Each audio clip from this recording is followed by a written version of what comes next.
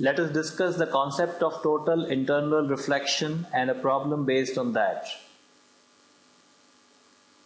Consider two mediums of refractive indices mu1 and mu2, mu1 being optically denser than mu2. The normal is shown in the figure.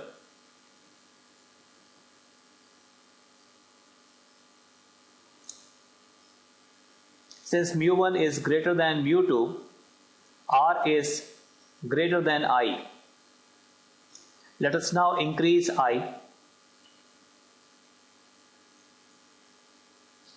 At one particular value of I, R becomes 90 degrees. This value of I is called the critical angle. If we increase I further, then ray does not cross the medium and reflects back, following the law of reflection, theta I equal to theta R. This is called total internal reflection. Let's now discuss a problem based on this. There's a swimming pool and there's a coin that can be seen. There is water in the pool. The question is, can the person standing on the edge of the pool be prevented from seeing the light by total internal reflection?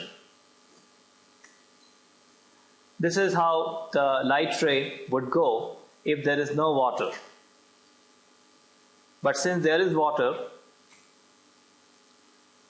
considering total internal reflection, this is what is going to happen. So this ray is not going to reach the eyes of the person. So can the person be prevented from seeing the light? Looking at this particular ray, it appears that the answer is yes.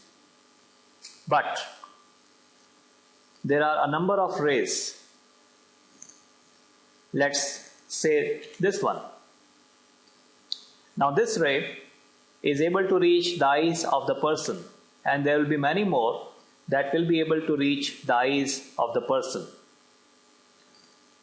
Since some rays are able to reach the eyes, the person should be able to see the coin, and so the answer is no.